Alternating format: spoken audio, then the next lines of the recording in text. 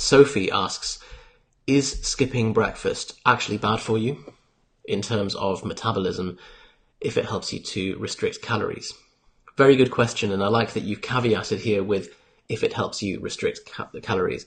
Now, unfortunately for the rest of us, Sophie is a pharmacist, and so Sophie, I'm going to give you the big one. I'm going to give you the full whack because I feel like you would enjoy this kind of thing. So, first of all, how does breakfast affect hunger? And this is, as you've heard me hammer on about, the primary determinant of your fat loss success. Now, Sophie will be aware of the cortisol awakening response. This is when your diurnal rhythm changes. So this is the cortisol pattern when you wake up, and you can see how it peaks, and then over the day it starts to drop again. So about 30 to 45 minutes after waking, your cortisol peaks. Now, the significance of that is that when your cortisol is high enough, it can be high enough to agonize the glucocorticoid receptor and cause you to be hypersensitized to insulin. What this means is that if you eat a big bowl of Lucky Charms 45 minutes after waking, which is what a lot of people do, that's going to send you into an absolute spiral of hunger dysregulation throughout the rest of the day, which is going to take some time to try and correct. And it may cause you to then become very hungry for lunch and overeat at lunch. So this idea that if you have a high carb breakfast combined with a high cortisol awakening response, that it could mean bad news for some people. Not everyone has this effect, but there is a physiological basis for that potentially happening. Now, unfortunately, if you suffer from anxiety, your general cortisol level will be higher. Your baseline will be higher. Now, combine that with an extra surge that you get in the morning means that you're going to worsen this effect. And then, unfortunately, if you have low blood sugar, that's also going to worsen your anxiety, and it's going to cause this vicious circle. So there is a vicious circle right there. So if you suffer from anxiety and you're also having a high carb breakfast and it's not getting any better, then maybe take a look at that as one of the potential causes. And incidentally, I've just mentioned Jordan Peterson. He says that he prescribes to his clients that suffer from anxiety to eat a high fat and protein breakfast in the morning and just to wake up at the same time every day. And he says those two things can often be all that's needed to bring someone's anxiety down from clinical levels to subclinical levels. Now, breakfast with regard to weight gain as a whole. So we've talked about hunger. Now, what does the data say? Interestingly, the Cochrane review, again, Sophie will be familiar with this, is really the most robust and best systematic review that we use to look at various things. Now, Cochrane review concluded on observational data that skipping breakfast causes you to gain weight. Actually, they didn't say that. They said skipping breakfast is associated with weight gain and obesity. Now, I take issue with this, and they did admittedly say that they said, this is all based on observational data. We can't infer causality here, but people who skip breakfast are more likely to also have inconsistent wake-up times. They're more likely to suffer from depression. They're more likely to have irregular meal times, and they're also less likely to have their general life might be in more disarray than someone who has a consistent wake-up time or lives a kind of military-style lifestyle. As a result, there is more association with obesity and weight gain in the first population than the second. Now, the Cochrane review did say, almost all of the data in this review were gathered from observational studies, thus causality should not be assumed based on these findings. So the issue that I take is that to say if you skip breakfast you will gain weight is not correct. And especially for the people who, if you're listening to this live stream, then you are not the kind of person that needs to be worried about skipping breakfast and potentially gaining weight, particularly if it's convenient for you and if it helps you to restrict your overall calories. Now that's really, really important to drive home, because you as an individual are somebody who is already living a quite structured lifestyle by virtue of you training frequently and tracking your macros and all of this. So it doesn't necessarily apply that this observational relationship will hold true for you.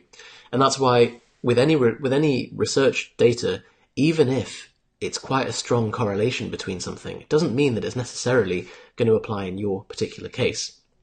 And so, yes, we can use things for general trends to just help inform our decisions when we look at data, but don't take it as gospel. Still try it for yourself and see whether it works. For example, something like ZMA or probiotics or any of those kind of things, the jury's maybe out on those things, and it's going to take another 10, 15 years until you can really establish for, beyond reasonable doubt through the scientific approach that it's going to work for you. So a trial and error approach may be good, especially if the cost of doing so is quite low.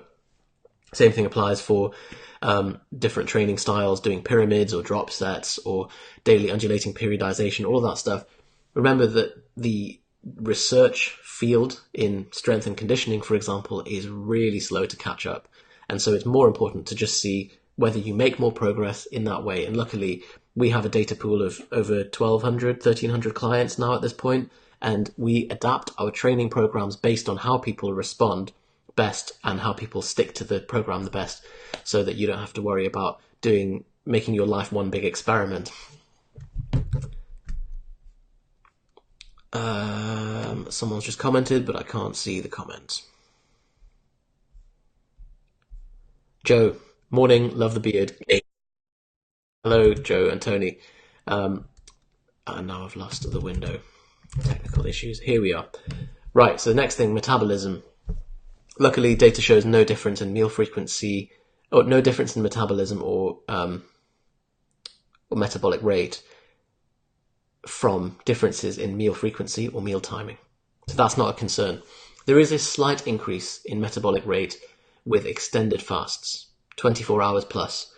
But really, if you're not going to be doing that as a general rule, and even if you are, total average weekly calorie intake trumps everything, and there's no point trying to fuss about the details. So yeah, meal frequency, meal timing, no difference. So if skipping breakfast works for you, definitely do it. Now, what's our recommendation? Because I've been quite non-committal about this. Now, compare these two breakfasts. One is a higher calorie breakfast, one is a lower calorie one. And you'll have done this in the past, and you'll have experienced this yourself, that if you wake up and you have a Starbucks double shot frappuccino mega latte thing with syrup and biscotti, 730 calories, how hungry are you going to be by lunchtime? Compare that to if you woke up, you had 2 poached eggs, 50 grams of bacon, 20 grams of cheese, and maybe a slice of rye bread or something. It'll be 500 to 600 calories, and then think how hungry you'll be by lunchtime. The other factor is adherence.